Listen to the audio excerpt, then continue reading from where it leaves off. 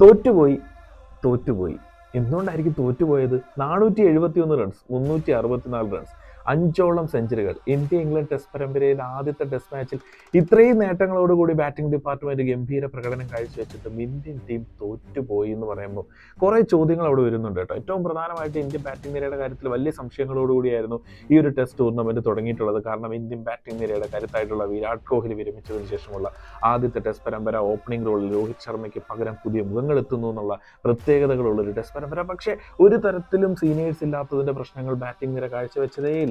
ഓപ്പണിംഗിൽ ആദ്യത്തെ ഇന്നിംഗ്സിൽ ജയ്സ്വാളിന്റെ വകയാണെങ്കിൽ രണ്ടാമത്തെ ഇന്നിംഗ്സിൽ KL രാഹുലിന്റെ വക ആ ഒരു സെഞ്ചുറി വന്നു. മധ്യനിരയിൽ ക്യാപ്റ്റൻ ഗില്ലും 2 ഇന്നിംഗ്സുകളുമായിട്ട് സെഞ്ചുറി പ്രകടനത്തോടുകൂടി പന്തും ചരിത്രം എഴുതി. പന്തിനെ സംബന്ധിച്ചിടത്തോളം MSTയുടെ വരെ സെഞ്ചുറി റെക്കോർഡുകൾ ഓവർടേക്ക് ചെയ്തിട്ടാണ് അദ്ദേഹത്തിന്റെ മുന്നോട്ടുള്ള യാത്ര നടന്നുകൊണ്ടിരിക്കുന്നത്. അതൊക്കെ സന്തോഷമുള്ള ഒരു കാര്യമാണ്. പക്ഷേ ഇന്ത്യൻ വാലറ്റം വലിയ രീതിയിൽ തകരുന്നുണ്ടായിരുന്നു. വാലറ്റത്തിൽ നിന്ന് ഒരു തരത്തിലുള്ള മികച്ച ചെറുത്തുനിൽപ്പുകളോ പ്രകടനങ്ങളോ ഒന്നും നമ്മൾ കാണുന്നില്ലായിരുന്നു.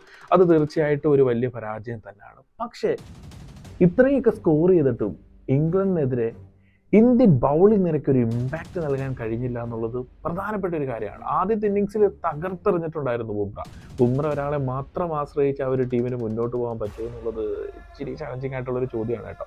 രണ്ടാമത്തെ ഇന്നിംഗ്സിൽ ഓഫ്കോഴ്സ് പ്രസീദ് കൃഷ്ണ തുടക്കത്തിൽ 2 വിക്കറ്റുകളൊക്കെ ഇട്ട് ആ ഒരു ഇമ്പാക്റ്റ് നൽകിയിട്ടുണ്ടായിരുന്നെങ്കിൽ പോലും ബുംറയ്ക്കപ്പുറത്ത് ഏറ്റവും ഊർജ്ജം നൽകുന്ന, കരുത്ത് നൽകുന്ന, തീയാകുന്ന ഒരു ബൗളർ ഇല്ല എന്നുള്ളത് തന്നെയാണ് ഇന്ത്യൻ ടീമിനെ സംബന്ധിച്ച് അലട്ടുന്ന ഏറ്റവും പ്രധാനപ്പെട്ട പ്രശ്നം. ഇന്ത്യൻ ബൗളിംഗ് നിര വലിയ പരാജയമാണ് ഈ ഒരു ടെസ്റ്റ് മാച്ചിൽ കാഴ്ചവെച്ചിരിക്കുന്നത്. ബുംറ ഇന്ത്യയുടെ വജ്രായുധമാണ് എന്നുള്ള കാര്യത്തിൽ ഒരു ഡൗട്ടും ഇല്ല. പക്ഷേ ബുംറയ്ക്ക് എവിടെയെങ്കിലും താളപ്പിഴ പറ്റിക്കഴിഞ്ഞാൽ അദ്ദേഹത്തിന് വിക്കറ്റ് നേടാൻ കഴിയാതെ പോയിരിക്കുന്ന സാഹചര്യങ്ങളിൽ കരുത്ത് പകരാൻ, ആ ഒരു മാച്ചിനെ പ്രഷറിലേക്ക് എത്തിക്കാൻ ആർക്കും കഴിയുന്നില്ല എന്നുള്ളത് തന്നെയാണ് ഇന്ത്യ നേരിടുന്ന ഏറ്റവും വലിയ പ്രശ്നം. ഇനി 4 ടെസ്റ്റ് മാച്ച് കൂടെ ഇംഗ്ലണ്ടിനെതിരെ ഇന്ത്യക്കുണ്ട്. ഇന്ത്യൻ ടീമിൽ മാറ്റങ്ങൾ വരുത്തേണ്ടി വരുമോ?